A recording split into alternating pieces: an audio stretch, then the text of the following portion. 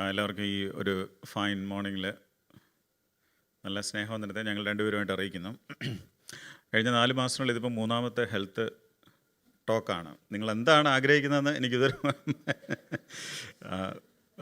ഈ ഒരു health means conscious is really appreciable. ഇതിൻ്റെ ലീഡർഷിപ്പ് ഗ്രൂപ്പിനെ തീർച്ചയായിട്ടും അഭിനന്ദനം അർഹിക്കുന്നു. പ്രത്യേകിച്ചും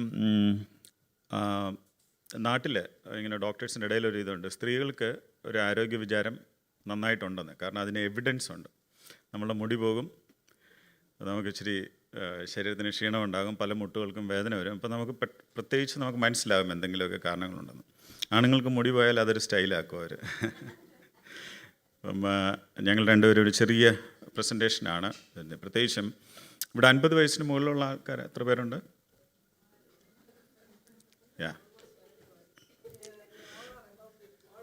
അപ്പം ഓൾമോസ്റ്റ് എല്ലാവരും. അപ്പം നിങ്ങൾ അറ്റൻഡ് ചെയ്യുന്ന ആൾക്കാർ ഇതൊരു ഇൻ്റർലിങ്ക്ഡ് ടോപ്പിക്കായിട്ട് എടുക്കുക. First session Princy will be taking, second session ഞാൻ. Thank you. Thank you, Alvin. Okay,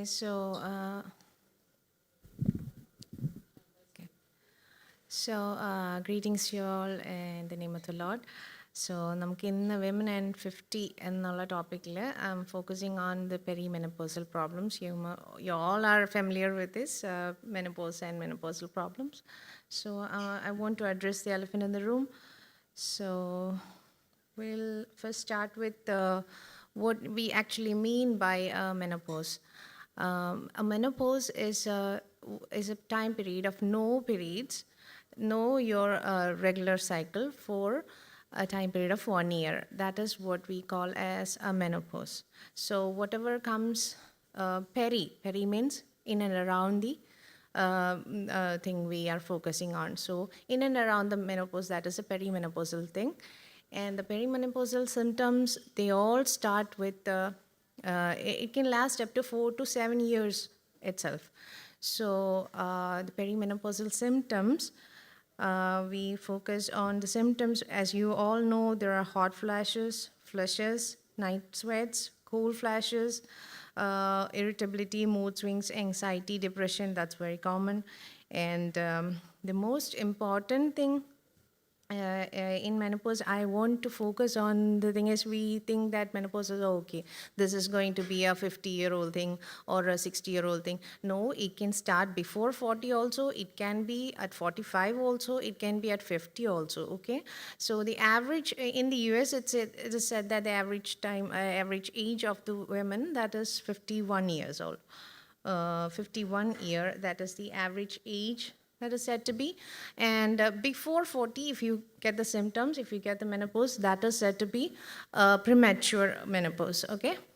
It's premature menopause. And then there is early menopause, that is from 40 to 45. So that we say as early menopause. And the actual menopause, the age is from 45 to 50. So that is what the perimenopause is focused on. That is 4 to 7 years in and around the menopause, okay? And so this transition period is full of symptoms. As I said, the primary symptom most of the 90% of the women experience is the skipping periods. Definitely once in a lifetime we all have the irregular periods, but during the perimenopausal time, what happens is the skipping period pattern that increases. That is, you will not have a regular cycle for 2 months. Okay, then the 3rd month it shows up. So this kind of things happen. It's mainly because your ovaries are in the atrophied stage. They are atrophying. With age, it comes, the ovaries, they do not function as a normal reproductive organ. So it does not produce the regular hormones. So what happens, the brain, as it is habitual for the brain, it sends signals every month. It's not received by the ovary. So what happens, the ovaries are atrophied, and what happens, it does not respond. At one point it wakes up and it responds, okay? And then you have the flash periods or the skipping periods, and it appears, okay? So this is experienced by 90% of women, and That is, it can be shorter, it can be lighter periods, it can be heavier periods, there can be phantom periods, that is this one, the ghosting, the shorter cycles or the longer cycles. Okay. Then comes a next primary, secondary symptom, that is the 80% of the women, they experience hot flushes. That's the most annoying thing for us because it's usually accompanied with a night sweat. The hot flushes, people can see the hot flashes that actually you're going through something, and it's not for a longer period of time. It's like it may vary from a 30-second period to a 5-minute period. It's because of the lack of hormones. That is, the estrogen is low, the progesterone is low. All the things are in a haphazard manner. So this is causing the hot flushes. This is experienced by 80% of perimenopausal women, that is women over 50. And when I say 50, it's not 50, it's prolonged. It can come after 5 years, 6 years. So actually, I'm saying this 5-year, 10-year period because we prolong the hormone replacement therapy up to 10 years. So that is understood. These symptoms are not limited to a 1 or 2 year period. So this can prolong. I'm not scaring you. It can be treated, okay? That's the highlight. And the next symptom we have is the mood disturbances. And here I would wish all your partners and all your teenage girls and boys are here because they have to listen. The first thing we show to others is the mood swings, and they are the ones who suffer. So they have to understand that we are going through something somewhere, okay? Good partners are well, and they are, thank God for that, but sometimes they don't get that what is happening with this woman. She was all fine one day, and then what is happening with her? Why is she irritated all the time? These kind of things happen. So mood swings, it's mostly, mood swings we have to understand, it's mostly for the other part, the other family members to understand. And then there is a mood swing coming with the anxiety, the depression, all the psychotic factors. So the Stanford Medicine, they say that if it is a major depression, if it is diagnosed as a major depression, you treat it that way. Your usual antidepressants and all this stuff. But if it is a mood instability associated with the perimenopause, so that we can control with the hormone replacement therapy. That very much helps. The combined OCPs, they very much help in this scenario, okay? And so, yeah, I've told all this. I've been given 10 minutes. I believe I should go faster. So, all the hormone thing. So one thing I want to mention is the lack of ovulation and the estrogen dominance at one point. And then what happens, the estrogen dominance is compared to the progesterone. Okay, there are two hormones, estrogen, progesterone, okay? We focus on that. And compared to the progesterone, the estrogen goes up and shows all this symptoms. As you can see on the screen, it's like the fibroid tumors, the breast tenderness, the mood changes, the fibrocystic breast. Most of you must have experienced some of these, I'm sure. Okay, and these all comes with the ratio of the estrogen being higher. Okay, then what happens in the menopause is that the estrogen goes down and everything changes. Then you have your muscle pain, your myalgia, your joint pains, your mood swings, your night flashes, everything. Okay, and then there is one thing mentioned here is the burning mouth syndrome. That is also peri and menopausal. So I will run through these. Periodontal health is one thing which gets worse with the age, and that we have to blame the estrogen part for some reasons. Okay, and there are other culprits also, but estrogen has some role in this. Okay, so mental health, physical health, the oral health, everything is in general getting affected in this period. And then here I have to mention What happens in the menopausal period? I told you about the skipping periods. The perimenopausal thing causes the irregular cycles and the skipping period. So if the periods is like a skip, even if it is skipping, if it comes in bouts, it is coming in a normal fashion when it comes. You don't have to worry. So, but any weird bleeding, any heavy bleeding, anything that makes you change your pads 1 hour per day, gushing sort of bleeding, anything that is weird and that is abnormal, you have to do the endometrial biopsy. Otherwise, it is not recommended. So the endometrium at that point it is 22 mm. That is normal finding. But any abnormal thing, that is, you have to rule out any malignancies. So you have to do the ultrasound and the endometrial biopsy. That is the clinical relevance here. Okay. And one more thing about this. Yeah, 2 other hormones. So usually we blame the ovarian hormones, estrogen, testosterone, and progesterone for this scenario. There are 2 other hormones which play important role in the life of a perimenopausal woman.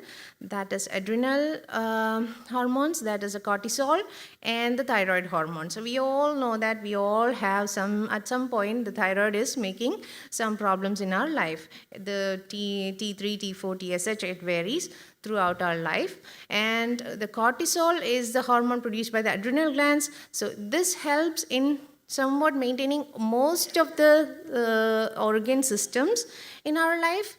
It is maintained by the cortisol. So the cortisol, what happens is that it's we know the fight or flight hormone. It's the stress hormone. Okay. So in acute conditions, in a young female or a young male, the cortisol is a blessing. It's okay. It works. But for the stress to be, acute stress, okay, fine. It causes the increased blood sugar for the fuel. It shunts blood to the periphery to run, decrease inflammation, etc., etc., etc. All this is good. But any stressor in a chronic form is not good. It's not good. It's causing more and more stress. So in the perimenopausal period, what happens? This increased stress, it is not helping. It is not helping the woman. So it affects many systems in the woman. So what happens is that it increases the blood sugar level. So at one point we know after the 40 period, we are all prone to diabetes. So this increases the chance of the diabetes. This increases the blood pressure. That in turn leads to CVAs, CADs, the heart diseases, the stroke, everything comes up. So the cortisol has to be there. We cannot remove the adrenals and say we don't want the cortisol. No, that's not like that. We need a balance of the cortisol, okay? So in chronic high cortisol is showing high blood sugar. So it causes fluid retention. നമ്മുടെ കാലിലെല്ലാം നീര് അതെല്ലാം common ആയിട്ടുള്ളൊരു ഫൈൻഡിങ്ങാണ്. നീര് വരാം, fluid retention ഉണ്ടാവാം. പിന്നെ abdominal obesity, we are all wider here, okay? So that's is there. So we can blame the cortisol and the hormones. See, it's not us. So, and the bone and the muscle system, everything is affected, as you can see. It lowers libido, it lowers sex hormones. So what happens? All the lubrication is gone, everything is gone. We are we have hair loss, we have joint pain, we have inflammation, all the onset of the autoimmune disorders. Autoimmune nature, our body is fighting against ourselves. So that scenario, it's all in the scenario that cortisol is not helping us. It is too high through the roof. So that stress where oralayum kude affect cheyum. That is, it works in a triangle, okay? So this is affecting the thyroid also. I am going to medical. You guys don't look lost on me, okay? So I'm just putting in the scenario that there are three things going on in our life when we hit 50. So one is our ovaries, they are shutting down. Okay, in general, I'm telling. So they cause all the problems. The other is the cortisol that we are not much familiar with, but that is there, okay? That is one of the major culprit in the scenario. and then our thyroid. So this cortisol affects our thyroid also. Okay, so active thyroid will be very less. So our thyroid might not be able to function properly. And when the thyroid does not function, we know all the heat and cold variations, all the palpitations, the anxiety. Thyroid affects 100 problems. Okay, it causes 100 problems when it is not functioning properly. When it is functioning properly, it is the best friend of us. But this chronic stress, see, that's all medical. Conversion of T3 to T4, T4 to T3, etc., etc. You don't need to know that. So basically, this is the scenario, okay? So high cortisol causes worsening of estrogen dominance, low progesterone, and in turn, progesterone is also there to affect the thyroid, blah, blah, blah, blah, blah. So we come to the main point, how do we deal with this thing, okay? The pharmacological help, support is there. That is the main thing. Main thing we focus on is the HRT, the HRT. Bio-HRT means we replace our body's low hormones. We don't have hormones, or the hormones are lost, so we replace it with the similar compounds. Okay, and bio means they are synthesized from the plants. Okay, the hormone replacement, the estrogen, progesterone, everything, they synthesize from the plants, and we can take it as pills, patches, creams, whatever. Okay, so this in a daily basis, this helps you to control. Our main annoying problems will be sweats, night sweats, hot flushes, anxiety, lack of sleep. We have sleep disturbances, mood disturbances. So all this, basically 65-70% of the women respond to OCPs. They respond to hormone replacement therapy. Okay. So in this scenario, we can also add relaxation techniques. We can also train for sleep, slow deep breathing, whatever you find comfortable. Exercise is one of the things which can help to maintain a normal level of cortisol. That has been proven. And there are some recommendations like black osh, remifemin, 20 mg twice a day is recommended. That's a herbal compound, but you have to be careful. It causes liver damage, so you have to monitor your liver function every now and then. Whatever herbs you're taking, you have to be checking your liver function every 3 months, 6 months, or 9 months. And there is, the Stanford has a non-HRT also, that is not hormone, some other compound. They have developed a pharmacological compound that is fezolinetant, that comes in, like, brand name is Vioza, but that's 45 mg OD. That also causes a liver problem, so you have to, every 6 months, 9 months, you have to monitor your liver function. And if it is elevating, if your liver is getting, they recommend that you stop the medicine. So it is reversible, but the thing is, it's not for a chronic use. But this medicine is said to be, it's been out in like few years, so it's said to be very effective in controlling all the perimenopausal problems to a major extent. The drawback is that the liver damage can happen. So it's not recommended for liver damage. But we can use this in case of people, females who cannot use the hormone replacement therapy. Those who have breast cancer or any malignancies related to the female reproductive organs, we cannot use the estrogen or progesterone. That is understood. So in this scenario, we can use the non-HRT. Okay. Then soy products have been said to be helpful, but there's no proof. We can try soy. If you like the taste of soy, everything is good. Yay. Then one of the major issues is itching and the vaginal dryness. We often confuse it with candida or the yeast infections. We usually say it's a urinary infection or that. But usually with age, what happens? The lubrication is gone, the estrogen is down, the lubrication is down. So it is usually related to the perimenopause. We have creams, we have patches. In some studies, there are injections also. The vaginal injections are also there. They inject the plasma and everything. So it reduces the vaginal itching. So there are solutions to the problems, whatever we are feeling. You contact your PCP, you can do that. So the vaginal dryness, estradiol cream is there. Okay, and excess dosing means the excess washing and cleaning is not recommended, because cleaning is recommended, but not much use of soaps or detergents, because it will increase the dryness and it will increase the discomfort. So to deal with this, we can use the estradiol cream. Okay, and then your general iodine, zinc, selenium, vitamin A supplements. Then you're dealing with the thyroid. You can replace thyroid is always replaceable with the hormone. You can treat it with the synthetic thyroid and natural thyroids. Okay. And then your adrenal fatigue, it can be managed with nutrition and exercise. Adrenals love exercise, so exercise is the best way to control your cortisol levels. Okay, and in the remove toxins part, there is caffeine, but coffee is life. So yes, still you can reduce the amount of the coffee intake. Okay, and alcohol and drugs, I know you are good guys, you don't use that.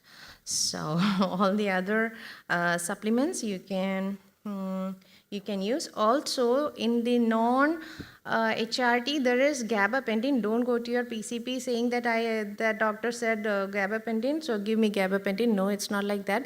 Gabapentin is said to help 300 mg twice a day to help with the symptoms. It is said, but it is in the case that your hormone replacement therapy is not working.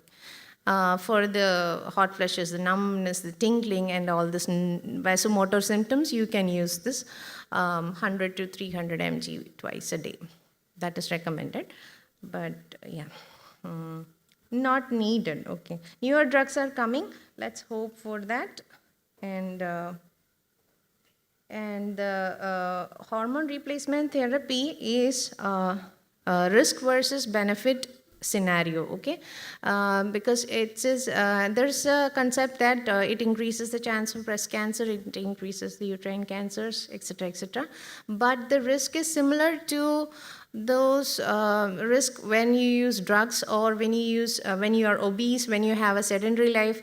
Actually, obesity causes a 9-fold increase in the chance of breast cancer. So we cannot alone blame this hormone replacement therapy. Okay, and there was a scenario that it says that okay, don't use OCPs, it causes cancer, there are many other things which causes cancer which we don't know.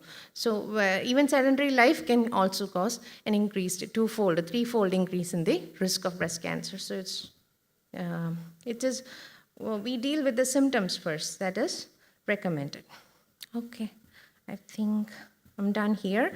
And another problem we face is the vitamin D, but that is not age specific. That is not for women under 50. I mean, it's in general. The vitamin D deficiency is seen in most people, especially in the temperate climate in this US and everything. So in most of the states, we have vitamin D deficiency, so we can supplement the vitamin D. The better part for us women is that the vitamin D helps to deal with the depression, helps to deal with the mood swings, helps to deal with our bone health and the joint health. So we deal with all these problems perimenopausally, so we can be benefited from the use of vitamin D supplements. Okay, still it is recommended to check your vitamin D per year or 6 months. Okay. Thank you. That's all for today. Thank you.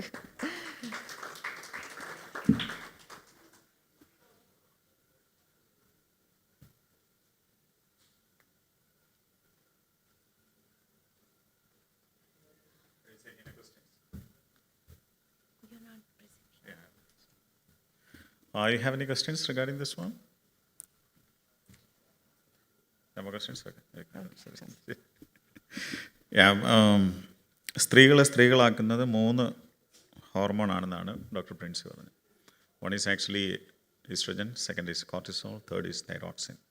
ഈ 3 കാര്യങ്ങളിലും ഒരു സന്തുലിതാവസ്ഥ ഉണ്ടെങ്കിൽ ഒരുമാതിരി എല്ലാ പ്രശ്നങ്ങൾക്കും answer ആവുന്നു.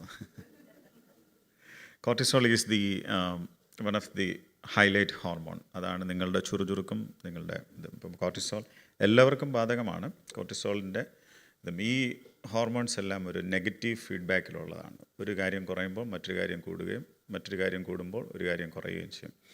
അപ്പോൾ അതിനകത്ത് ഏറ്റവും വലിയ കാര്യം സ്ട്രെസ് ഇതിനെ ഇത് ചെയ്യുന്നു എന്നുള്ളത്. നമ്മൾ ഡിസീസിനെ സാധാരണ രീതിയിൽ രണ്ടായിട്ടാണ് തരംതിരിച്ചിരിക്കുന്നത്. Diseases are actually two. One is communicable disease, the other one is non communicable disease. Communicable disease എന്താണെന്ന് നിങ്ങൾക്കറിയാം. അത് നമ്മൾ ഒരു മനുഷ്യനിൽ നിന്ന് മറ്റൊരു മനുഷ്യനിലേക്ക് നമ്മൾ പകർത്തുന്നതാണ് കമ്മ്യൂണിക്കബിൾ ഡിസീസ്. എല്ലാ ഇൻഫെക്ഷൻസും അതെല്ലാം അതിനകത്ത് വരുന്നത്, ബാക്ടീരിയൽ, വൈറൽ, പാരസൈറ്റ്സ്, അതെല്ലാം. എന്നാൽ ഈ നോൺ കമ്മ്യൂണിക്കബിൾ എന്ന് പറഞ്ഞൊരു ഡിസീസുണ്ട്. അതിനെപ്പറ്റി നിങ്ങൾ കേട്ടിട്ടുണ്ടോ? ധാരാളം. അപ്പോൾ നോൺ കമ്മ്യൂണിക്കബിൾ എന്ന് പറഞ്ഞൊരു ഡിസീസുണ്ട്. ഇതിനകത്ത് ഒന്ന് രണ്ട് പ്രത്യേക കാര്യങ്ങളുണ്ട്. നമുക്ക് പ്രത്യേകിച്ചും ഈ ബ്രൗൺ പീപ്പിളിന്, ഇന്ത്യൻസിന്, they are prone to have certain disease. Non communicable ഡിസീസിന് അവർ എന്തുകൊണ്ടോ നമ്മൾക്കതുണ്ടാകും. അതിനകത്ത് ഏറ്റവും ശ്രദ്ധേയമായൊരു കാര്യം, ലോകത്തിൻ്റെ ഡയബറ്റിസ് ക്യാപിറ്റൽ ഏതാണെന്ന് അറിയാമോ?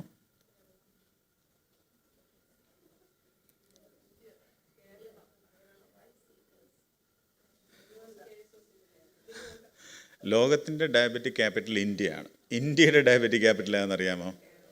ഈ കേരളത്തിൻ്റെ ഡയബറ്റിക് ക്യാപിറ്റൽ ഏതാണെന്ന് അറിയാമോ? പല ഡിസ്ട്രിക്റ്റും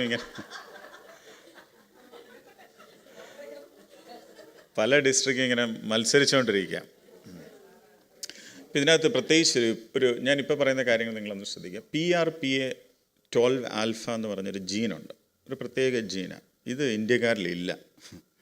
അപ്പോൾ ഈ PRPA12 ആൽഫ ജീൻ എന്ന് പറഞ്ഞാൽ പോളിമോർഫിക് ജീൻ എന്ന് പറയും. ഈ ജീന് കോക്കേഷ്യൻസിനെ ഡയബറ്റിസിൽ നിന്ന് പ്രൊട്ടക്റ്റ് ചെയ്യുന്നതാണ്. അപ്പോൾ എന്തുകൊണ്ട് നമുക്കതില്ലാന്ന് വെച്ചാൽ കയ്യിലിരിപ്പുണ്ടായിരിക്കും നമുക്കില്ലാത്ത. രണ്ടാമത്തത്, നമുക്ക് ഈ ഇൻസുലിൻ റെസിസ്റ്റൻസ് കൂടുതലാണ്. അതെന്തുകൊണ്ടാണെന്ന് പറഞ്ഞാൽ നമ്മുടെ വിസറൽ ഫാറ്റ്. ഞാനൊരു നമ്മുടെ ഈ ഇൻറ്റേൺഷിപ്പ് റെസിഡൻസി സമയത്ത് ഈ ഓപ്പൺ ഹാർട്ട്, അതായത് വെൻട്രിക്കുലർ സെപ്റ്റൽ ഡിഫക്റ്റ്, ഗവൺമെൻറ്റിൻ്റെ ഒരു പ്രത്യേക ഇതിൽ കുറച്ച് കുഞ്ഞുങ്ങളെ, ഏകദേശം ഒരു 27 കുഞ്ഞുങ്ങളെ, വെൻട്രിക്കുലർ സെപ്റ്റൽ ഡിഫക്റ്റ് ഉള്ള കുഞ്ഞുങ്ങളെ ഗവൺമെൻറ്റിൻ്റെ ഒരു പോളിസിയിൽ ഒരു കാർഡിയക് സർജൻ ഓപ്പറേറ്റ് ചെയ്യുന്ന, അതിനകത്ത് ഞാനും ഒരു പാർട്ടാണ്. ചുമ്മാ ഇങ്ങനെ അവിടെ തുടച്ചൊക്കെ നിൽക്കാൻ വേണ്ടി. അപ്പം നമ്മൾ കണ്ട ഒരു ഇതെന്ന് പറഞ്ഞാൽ, ഇതിന് ഈ പെരികാർഡിയൽ ഫാറ്റ് ഉണ്ടല്ലോ, 12 വയസ്സുള്ള കുഞ്ഞുങ്ങളിലും ഭയങ്കര കൂടുതലാണ്. അപ്പോൾ ഹാർട്ടിൻ്റെ അത്രയും തന്നെ ഉണ്ട്. അപ്പോൾ നമ്മുടെ തന്നെ ഇതെന്നാണ്. ഇപ്പോൾ ഈ വിസറൽ ഫാറ്റിൻ്റെ ഇൻക്രീസും ഈ പർട്ടിക്കുലർ ജീനിൻ്റെ ഈ പ്രവർത്തനമില്ലായ്മയും, പിന്നെ ഈ ഹൈ കാലറി ഡയറ്റ്. കഴിഞ്ഞ പ്രാവശ്യം ഞങ്ങൾ കൂടുതലും ഡയറ്റിനെ പറ്റിയായിരുന്നു പറഞ്ഞത്. പക്ഷേ അതിന് ശേഷമുള്ള എല്ലാ മീറ്റിങ്ങിലും നമ്മൾ ഹോഗിയും ചീസ് സ്റ്റേക്കും ഒക്കെ കണ്ടായിരുന്നു. അപ്പോൾ വലിയ എഫക്റ്റ് വരുത്തിയില്ലെന്ന് തോന്നുന്നു. നിങ്ങളെല്ലാവരും കൈ ഇങ്ങനെ വെക്കാമോ? ഇങ്ങനെ വെച്ചാൽ ചെവിയിൽ പിടിക്കാമോ? എല്ലാവരും കണ്ണടച്ചുകൊണ്ട് ഇങ്ങനെ പ്രസ് ചെയ്യാമോ? എല്ലാവരും ഇങ്ങനെ കണ്ണടച്ചുകൊണ്ട് കുറേ പ്രാവശ്യം, അപ്പ് ടു ഡൗൺ, കുറേ പ്രാവശ്യം, ഇച്ചിരി ഫാസ്റ്റായി. കുഞ്ഞുങ്ങളെല്ലാവരും രാവിലെ ഇത് ചെയ്യുന്നതല്ല. ഇതിൻ്റെ എലിഫൻറ്റ് വിസ്ഡം എന്ന് പറയും. ഇത് നല്ലൊരു എക്സസൈസാണ്. In order to have a better attention. നമ്മളിപ്പോൾ കേട്ട കാര്യങ്ങൾ മറന്നു പോകാതിരിക്കാനും കൂടുതൽ അറ്റൻഷനും വേണ്ടി നല്ല സാറന്മാർ പണ്ട് ചെവിക്ക് പിടിക്കാമെന്ന് പറയുന്നില്ല.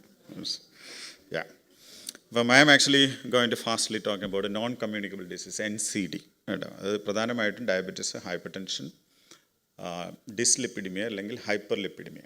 നിങ്ങളൊരു കാര്യം ശ്രദ്ധിക്കണം. ഒരു കോക്കേഷ്യൻസിന് അല്ലെങ്കിൽ ഒരു വെസ്റ്റിലുള്ള ഒരാൾക്ക് ഡയബറ്റിസ് വരുന്നതിനേക്കാൾ ഡിക്കേഡ്സ് മുമ്പേ നമുക്ക് വരും. ഡിക്കേഡ്സ്, 2-3 വർഷമല്ല, ഒരു 20 വർഷം മുമ്പേ ഒക്കെ വരും. അപ്പോൾ ഈ WHO നമ്മളെ ഈ യങ് ഓൾഡ് എന്ന് ഇങ്ങനെ വേർതിരിച്ചിട്ടുണ്ട്. അതിനകത്ത് 55 വയസ്സാണ് യങ്.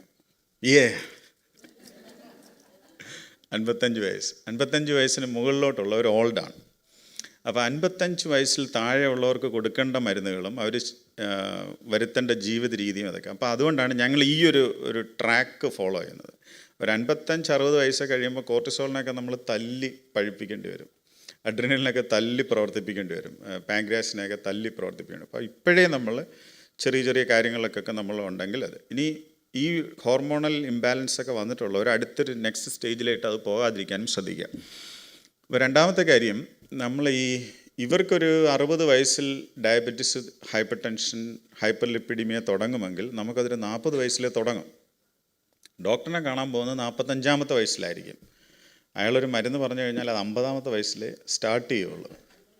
അതിനു മുമ്പ് ഒറ്റമൂലി, അത് ഇത്, പിന്നെ ഫുഡ്, ഡയറ്റ്, ചപ്പാത്തി, അങ്ങനെ പല കാര്യങ്ങളും നമ്മൾ ഈ 50 വയസ്സിൽ നമ്മൾ അപ്പം തന്നെ ഡിസീസ് നമ്മളിൽ വളരെ കാര്യമായിട്ട് പ്രോഗ്രസ് ചെയ്തു.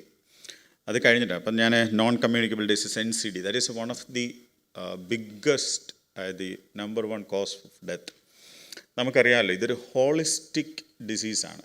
നമ്മൾ ഡയബറ്റിസിനെ അതൊരു ഷുഗറിൻ്റെ പ്രശ്നമായിട്ട് മാത്രം ഡോക്ടേഴ്സ് കാണത്തില്ല. കാരണം അത് ഒരു microvascular macrovascular disease leading to target organ damage leading to death. അതാണ്. അപ്പോൾ ഇന്നിപ്പോൾ ഒരു 35 വയസ്സുകാരൻ ഷുഗറായിട്ട് നമ്മളുടെ മുമ്പിൽ വന്നാൽ ഡോക്ടർ പറയുന്നത് അടുത്ത 35 വയസ്സിനുള്ളിൽ ഇവൻ എങ്ങനെ ഭിത്തിയിൽ പടവായിട്ടിരിക്കാതിരിക്കാൻ നോക്കാം എന്നാണ്. അപ്പോൾ ഇതൊരു ഹോളിസ്റ്റിക് അപ്രോച്ചിലാണ് അവർ ഇതിനെ കാണുന്നത്. ഇപ്പോൾ ഡയബറ്റീസിലെ ഏറ്റവും അഗ്രഗണ്യന്മാരായ ഡോക്ടേഴ്സ് സത്യം പറഞ്ഞാൽ ഇന്ത്യൻസ് തന്നെയാണ്. ഓക്കെ, ഇന്ത്യൻ ഡോക്ടേഴ്സാണ്. ഇനി ആ സ്ലൈഡ് ഒന്ന് പ്ലേ ചെയ്യാമോ എബിൾ? അപ്പോൾ നോൺ കമ്മ്യൂണിക്കബിൾ ഡിസീസ് ഈ കാര്യങ്ങളൊക്കെ ഉണ്ട്. അതിനകത്ത് ഏറ്റവും വലിയ കാര്യം റിസ്ക് നമുക്കില്ല, സ്മോക്കിങ്ങും ആൽക്കഹോളും നമുക്കില്ല.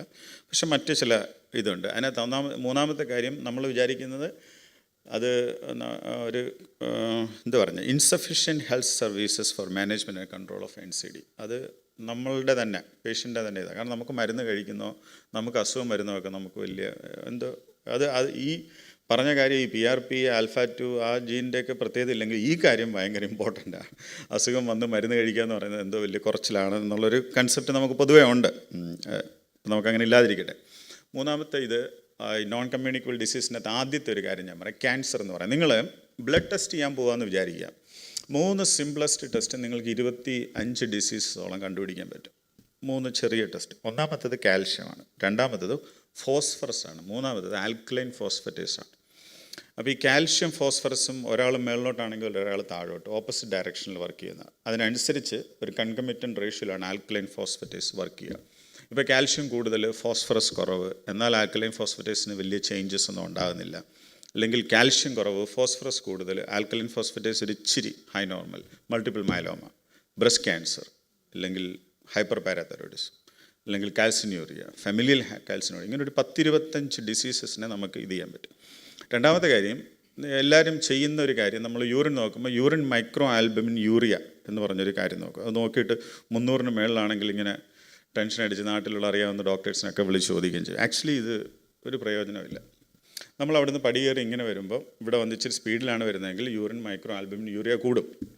അപ്പോൾ അതുകൊണ്ട് അത് ഒരു സിഗ്നിഫിക്കൻ്റ് കാര്യമല്ല. എന്നാൽ യൂറിൻ ക്രിയാറ്റിൻ ആൽബമിൻ റേഷ്യോ അത് ഇറ്റ്സ് വളരെ ഇമ്പോർട്ടൻ്റ് ആയിട്ടുള്ളൊരു കാര്യം. അപ്പോൾ ക്യാൻസറിന് 2 രീതിയിലാണ് നമ്മൾ സാറിന് ക്യാൻസറിനെ കാണുന്നത്. സോളിഡ് ട്യൂമറും ഉണ്ട്, ലുക്കീമിയ ആൻഡ് ലിംഫോമാസും ഉണ്ട്. Okay, next slide. അത് കഴിഞ്ഞിട്ടുള്ള സ്ലൈഡ്.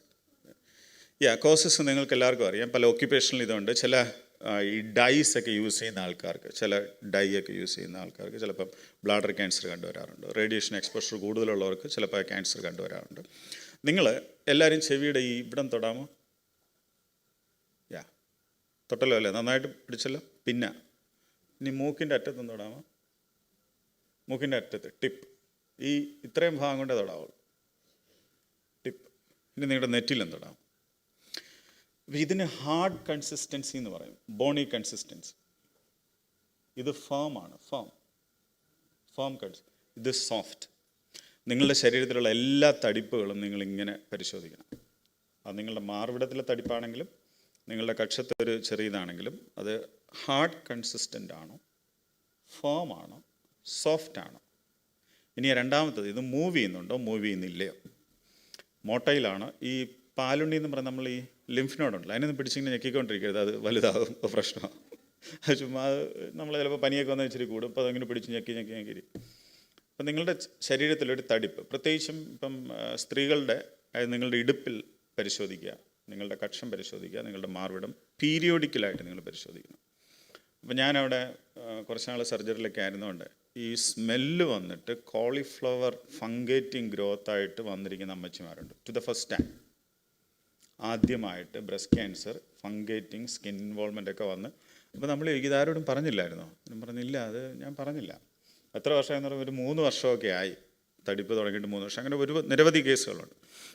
പിന്നെ എന്ത് പ്രശ്നങ്ങൾ നമുക്കൊരു നമ്മളുടെ ഒരു ജെനിറ്റോ യൂറിനറി, അതല്ലെങ്കിൽ നിങ്ങളുടെ എന്താ പറഞ്ഞൊരു കൊളോണിക് സംഭവങ്ങൾ, ഇതിനൊക്കെ വന്നു കഴിഞ്ഞാൽ ഞാനൊരു സർജറിയിൽ ഉണ്ടായിരുന്ന ഡോക്ടറായതുകൊണ്ടാണ് ഇങ്ങനെ പറയുന്നത്. അത് നിങ്ങൾ ഇമ്മീഡിയറ്റ്ലി അഡ്രസ്സ് ചെയ്യുക, ആരോടെങ്കിലും അത് പറയുക. പിന്നെ ഫെറ്റീഗ്, അതായത് നമ്മൾ ഇരിക്കുമ്പോൾ നിങ്ങൾക്ക് ക്ഷീണമുണ്ടെങ്കിൽ ദാറ്റ് ഈസ് ഹൈലി പാത്തോളജിക്കൽ. ഇരിക്കുമ്പോൾ നമ്മൾ എന്തെങ്കിലും ജോലിയൊക്കെ ചെയ്തിട്ട് വന്നിട്ടിരിക്കുക എന്നുള്ളതല്ല. അതായത് റെസ്റ്റിംഗ് പ്രശ്നങ്ങളെല്ലാം, റെസ്റ്റിംഗ് ബ്രീത്ത്ലെസ്നെസ്, റെസ്റ്റിംഗ് ക്ലോഡിക്കേഷൻ, അതായത് കാലിലുള്ള വേദന, റെസ്റ്റിംഗ്, അതായത് റെസ്റ്റിൽ നമ്മൾ ചുമ്മാ ഇരിക്കുമ്പോൾ നമുക്ക് എന്തെങ്കിലുമൊക്കെ പ്രശ്നങ്ങൾ വരിക, ഇതുപോലെ അതൊക്കെ നമ്മൾ കൂടുതലായിട്ട് അഡ്രസ്സ് ചെയ്യാം. ഒരു അൺഈവൻ വെയിറ്റ് ലോസ്, അതായത് വെയിറ്റ് ലോസ് എന്ന് പറയുമ്പോൾ നമ്മൾ ഒരാഴ്ച 1 പൗണ്ട് ഒന്നും നമുക്ക് വലിയ കുഴപ്പമില്ല. എന്നാലും നമ്മളൊരു 6 മാസമൊക്കെ ആകുമ്പോഴത്തേക്ക് നിങ്ങളുടെ ബ്ലൗസ് വളരെ ലൂസാകുക, ഒരു 2 ഫിംഗർ എൻസർക്കിൾ ചെയ്യാൻ പറ്റുന്ന രീതിയിൽ വളരെ ലൂസാകുക.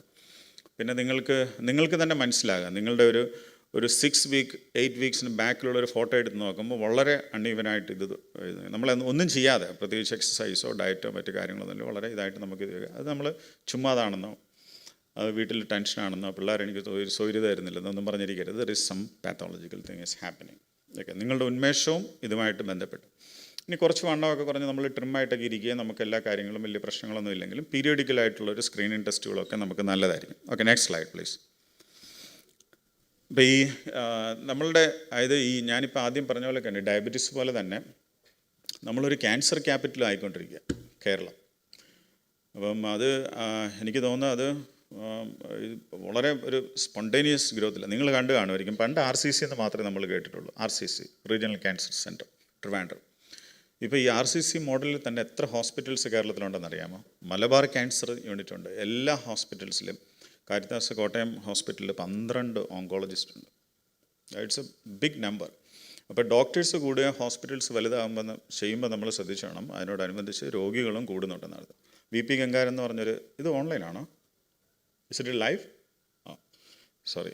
അപ്പം ഗംഗാരൻ സാർ എന്ന് പറഞ്ഞാൽ നമ്മളെല്ലാം കേട്ട് കാണും, ഒരു വലിയൊരു ഓങ്കോളജിസ്റ്റ് ഉണ്ട്. അദ്ദേഹം കാരിത്താസിൽ വന്നുകൊണ്ടിരുന്ന സമയത്ത് ഒരു 200 പേഷ്യൻസിനെ കാണും ഒരു ഇത്. അപ്പം it's only for the tumour ക്ലബ്ബാണ്. അതിങ്ങനെ ഇതും നമ്മൾ എന്താ പറഞ്ഞാൽ ഏത് രീതിയിലുള്ള കീമോ കൊടുക്കണമെന്നില്ല. അപ്പം കുറേ ഓങ്കോളജിസ്റ്റ് അവരവരുടെ OPDകളിലിരിക്കും, അദ്ദേഹം നടുക്ക് നിൽക്കും, അവിടെ ചെന്നിട്ട് this patient okay this is. അപ്പോൾ ഒരു ദിവസം അദ്ദേഹം കാണുന്ന പേഷ്യൻസിൻ്റെ നമ്പർ അദ്ദേഹം തന്നെ വളരെ കാര്യമായിട്ട് അതിനെതിരെ ഇതൊക്കെ ചെയ്തിട്ടുണ്ട്. നമ്മൾ ഒരു സിംപ്ലസ്റ്റ് സാധനം ലൈക്കോപ്പീൻ എന്ന് കേട്ടിട്ടുണ്ടോ? തക്കാളിയാണ്. That have a very potential anti cancerous effect കേട്ടോ. അപ്പം ലൈക്കോപ്പീൻ ആരും കഴിക്കാത്തതുകൊണ്ട് RCCക്കാർ സെർബസെക്സ്റ്റി എന്ന് പറഞ്ഞൊരു ഗുളിക ഉണ്ടാക്കിയിട്ടുണ്ട്. That is simply lycopene. അത് RCCക്കാർ KSDPക്കാരുടെ അടുത്തൊക്കെ പറഞ്ഞിട്ട് ഗവൺമെൻറ്റിൻ്റെ അടുത്തൊക്കെ പറഞ്ഞിട്ടുണ്ടാക്കിയത്. കാരണം തക്കാളി കഴിക്കുന്നില്ല, ആൾക്കാർ കഴിക്കുന്നില്ല. നമ്മൾ പൊറോട്ട ഇറച്ചിയും ബാക്കി സാധനങ്ങൾ മാത്രമേ അതിനകത്ത് തക്കാളി ഉണ്ടെങ്കിൽ അതെടുത്ത് ദൂരക്കണം. The diet is one of the major thing in India, especially in Kerala. Other thing is that നമ്മളുടെ ഈ വിസറൽ ഫാറ്റ്, പിന്നെ ഈ പെരിഫറൽ ഫാറ്റ്, പിന്നെ സെഡൻറ്ററി ലൈഫ്, പിന്നെ നമുക്കുള്ള നിങ്ങളുടെ ചേഞ്ചസുകൾ വരുന്നത് ഞാൻ വളരെ വിശദമായിട്ട് പറയുന്നില്ലെങ്കിലും നിപ്പിൾ റിട്രാക്ഷൻ, പക്കറിങ് എന്ന് പറഞ്ഞാൽ ചെറിയ ഡെൻറ്റ്, ചളുക്കം പോലെ ബ്രസ്റ്റിൽ പക്കറിങ് ഉണ്ടെങ്കിൽ it is highly pathological. Immediately നിങ്ങൾ ഡോക്ടറിനെ കാണും. അതുപോലെ തന്നെ ചെറിയ ഡിസ്ചാർജ്, സെറോസാങ്കിനസ്, ഗ്രീനിഷ്, പിന്നെ ഒരു ഹൈപ്പർലാക്റ്റിൻ ഡിസ്ചാർജസ്, ഇങ്ങനെയുള്ള ഡിസ്ചാർജസുകളും നിങ്ങൾ കാര്യമായിട്ട് അഡ്രസ്സ് ചെയ്യണം. പക്കറിങ് ഈസ് ഹൈലി പാത്തോളജിക്കൽ. ചിലപ്പോൾ നോഡുകളൊക്കെ നമുക്ക് അത്ര കാര്യമായിട്ട് തോന്നത്തില്ല, എന്നാൽ നിപ്പിൾ റിട്രാക്ഷൻ സൈസ് കുറയും, അത് റിട്രാക്ട് ചെയ്തിരിക്കുക, അതിനോട് ചേർന്നിട്ട് പക്കറിങ് വരിക. പക്കറിങ് എന്ന് പറഞ്ഞാൽ ഒരു ഡെൻറ്റാണ്, നമ്മുടെ ഇപ്പോൾ ഒരു ചളുക്കം, ഒരു പാത്രമൊക്കെ ചളങ്ങിയിരിക്കുന്ന പോലെ നമുക്കങ്ങനെ തോന്നും, അസിമെട്രിക്കലായിട്ട് തോന്നുക. അതൊക്കെ നിങ്ങൾ അഡ്രസ്സ് ചെയ്യണം കേട്ടോ. എപ്പോഴും നിങ്ങളുടെ ശരീരം ഇതായിട്ട്. ഇപ്പോൾ ഡയബറ്റീസ് ഞാൻ നേരത്തെ പറഞ്ഞ കണക്ക് കോക്കേഷ്യൻസിനുള്ളൊരു ജീൻ നമുക്കില്ല.